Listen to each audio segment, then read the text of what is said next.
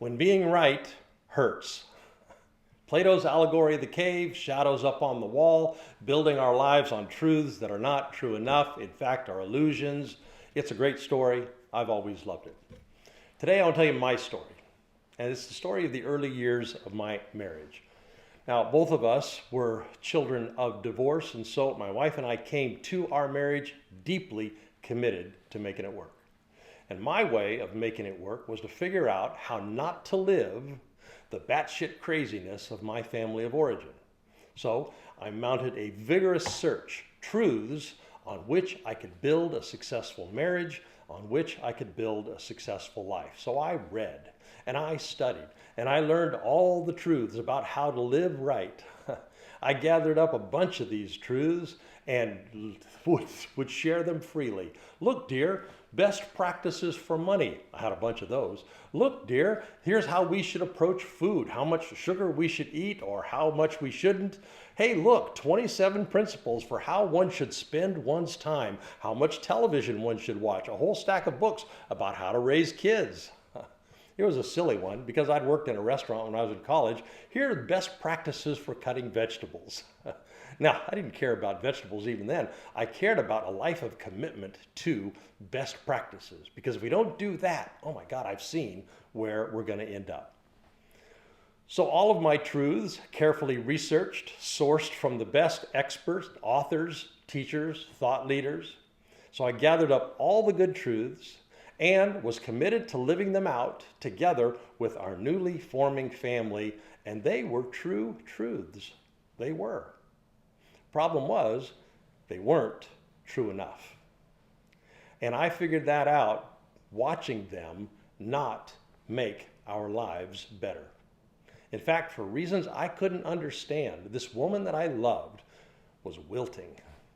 Her well-being was just slowly draining away. And again, I couldn't tell you why. I wasn't being a bad guy. I didn't get angry. I didn't yell or scream. I'm a nice guy. I was being a nice husband. But what I did was mix my family fear with my skill for words, so many words, and thought that I was sharing good ideas, helpful ideas, and even though my persuasion was gentle, because I was driven by fear, my persuasion was relentless. Now again, I couldn't see how, but I knew I was harming and not helping. Fortunately, we found a good counselor.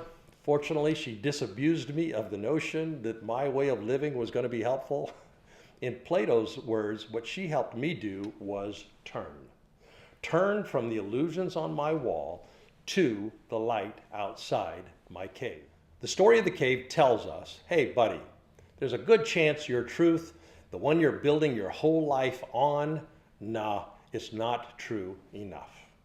Well, today's episode, facing that core tension, our truths can be accurate and still be harmful. Our truths can be accurate and still be harmful. My truths really were true. I am nothing if not a good student. But absent some other thing, the truthiness of my truths didn't matter. My truths were toxic. I was toxic. That's how it is when we are steeped in shadow. Our illusions feel so true. It doesn't really matter if they are not true enough, they will still screw up our lives. Doesn't matter if we believe them or not. There is real world fallout when we chase truths that are not true enough. Fallout for our marriages, fallout for our spiritual communities. Same thing that nearly broke my marriage all the time, quietly fractures our spiritual communities, which makes my story a story about what we build our lives on. And Plato tells us, build our lives on something higher than truth. He called it the good.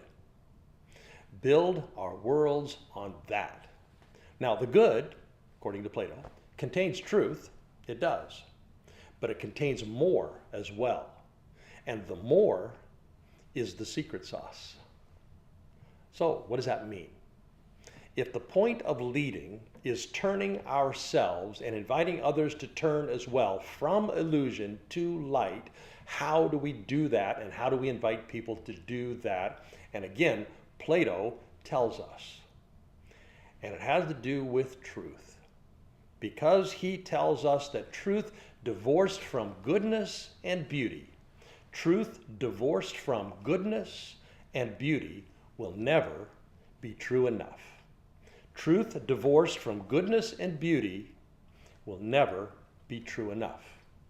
I had truths in my marriage, a whole bunch of them.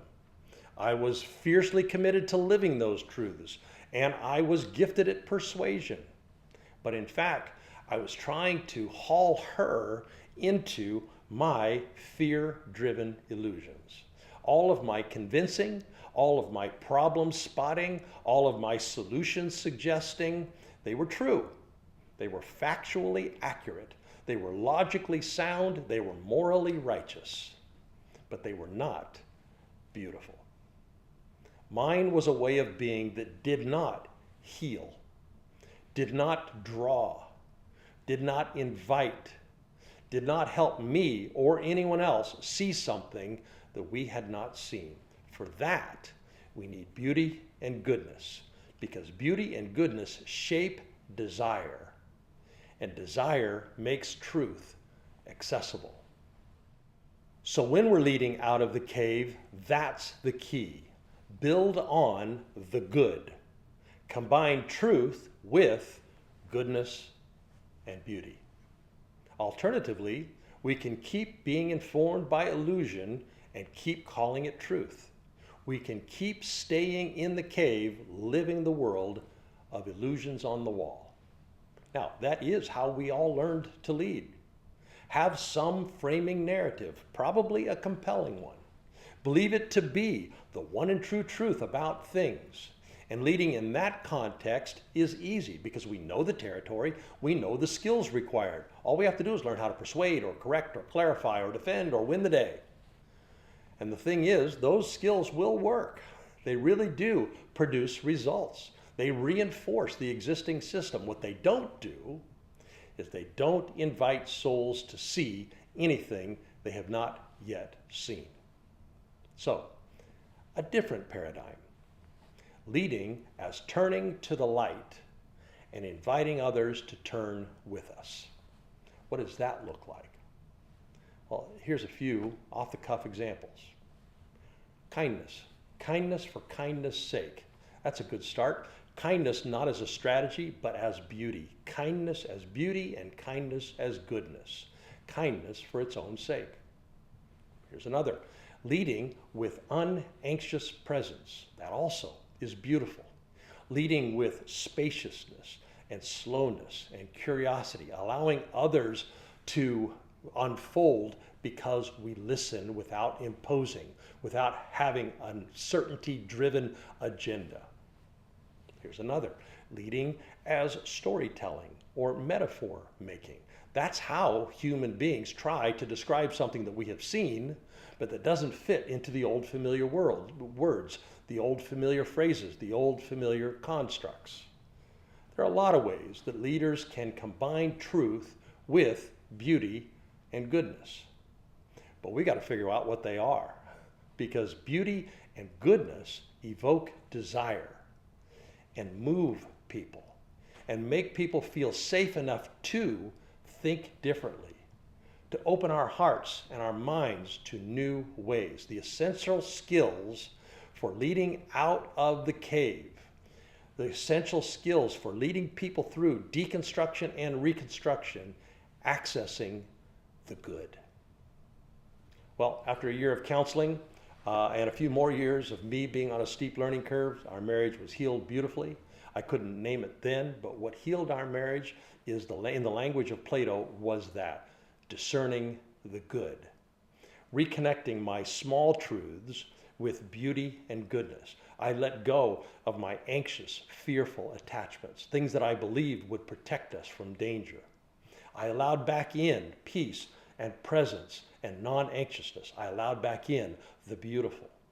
What healed our relationship was not my discipline, my consistency, my best practices. No, none of that. It was not the great cases I made, the logical arguments I presented, and God knows I made a lot of them. It was not the righteousness of my cause. What healed my relationship was reuniting my little truths with goodness and beauty. The beauty of letting go of fear, letting love soften my fierce commitment to my shadow truths, the beauty of more listening and less saying, more patience, less persuading, more inviting, less telling, more laughing at myself, less taking my truths so seriously. It's a principle that is especially relevant as we are reimagining our spiritual communities. There are plenty of religious truths that aren't true enough, that lack in beauty and goodness. Start looking and you will see them everywhere. Here's just one from our own community's experience. Here's the truth. Deconstructing religion means we are more mature. Deconstructing religion means we are more mature. See, there's truth to that. Fowler's stages of faith. Moving forward is moving forward. But if, as often happens, we look with condescension on those who are not where we are now, and goodness knows that happens, that's not beautiful. And so it is not true enough. Again, you start looking and you will see plenty of religious truths that have big, glaring blind spots and are consequently not true enough. And that's where Plato can help. Build your life, he says, build your spiritual communities, he says, on the good. Combine truth with beauty and goodness. Combine truth with goodness and beauty. Do that, and then you'll have something to offer. Okay, in the next episode, practices that'll help us do that. Help us reunite truth with beauty and goodness. If you'd like to get notified when that goes live, you go ahead and subscribe.